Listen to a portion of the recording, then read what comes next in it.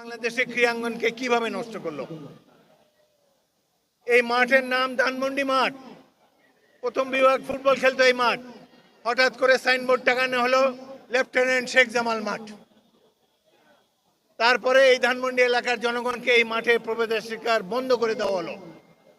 এই ধানমন্ডি এলাকার মানুষ বহুদিন আন্দোলন করেছে, তাদের ছেলেমেয়েরা এই মাঠে ঢুকতে পারে না, যারা ছোট থেকে বড় হয়েছে এই মাঠে খেলে।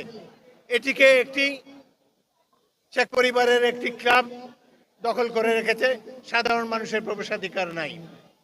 আজকে এই আনন্দ উৎসব পরিবেশ দেখে আমার মনে হচ্ছে যে প্রকৃতই দেশটি আবার স্বাধীন হয়েছে। এখান দিয়ে যখন হেঁটে যেতাম, এটি ছিল অবরুদ্ধ একটি স্থান। এখানে মাফিয়াদের স্বৈরাচারের রাজত্ব ছিল। আজকে দেখেন কি আনন্দমুখর জনতা উল্লাস ভরে করতালি দিচ্ছে। আজকে তারা মুক্ত, আজকে গুম হওয়ার ভয় নাই। কত ছেলে মেয়েকে তারা গুম করেছে। এই শহীদ পরিবার যারা এখানে এসেছে, এরা কোনো রাত্রে ঘুমাতে পারে না। তারা যখন তাদের ছেলে সন্তান ভাইয়ের কথা মনে হয়, তারা অভিসম্বাদ দেয় এই স্বৈরাচারী শেখ হাসিনাকে। এই কারণে এই পরিবারের উপরে যে দুর্যোগ নেমে এসেছে, আল্লাহর গজব নেমে এসেছে তাদের উপরে। দেশের রাজনীতিকে ধ্বংস করেছে এবং সাথে সাথে এই দেশের খেলাধুলাকেও ধ্বংস করেছে। খেলাধুলা নিয়ে যদি কোনো সেমিনার হয় কখনো, সেখানে আমি বলবো কিভাবে এই দেশের খেলাধুলাকে আওয়ামী লীগ সরকার নষ্ট করেছে। আমি পাকিস্তান জাতীয় দলের অধিনায়ক ছিলাম। 70 সালে লাস্ট যে ম্যাচ পাকিস্তান খেলে ইরানে, 3 জন বাঙালি ছিলাম, আমি এই দলের অধিনায়ক ছিলাম।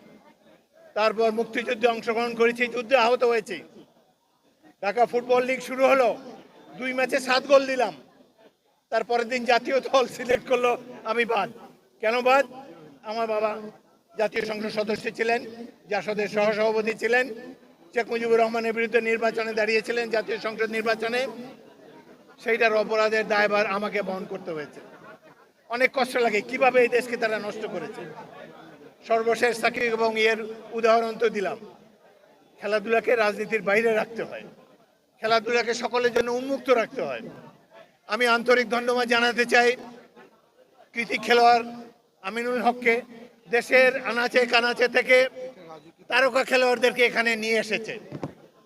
এই ধরনের অনুষ্ঠান আগে কখনো আমরা দেখিনি। এই যে আমি কয়েকজন সাবেক খেলোয়াড়দের সাথে দেখা হলো, তারা অত্যন্ত আনন্দমুখর চিত্তে এখানে খেলাধুলায় অংশগ্রহণ করতে এসেছেন। আজকে আমি এখানে এই বক্তব্যটা দেওয়ার চাইতে অনেক বেশি আনন্দিত হতাম যদি মাঠে একটু খেলতে পারতাম একটু পরে।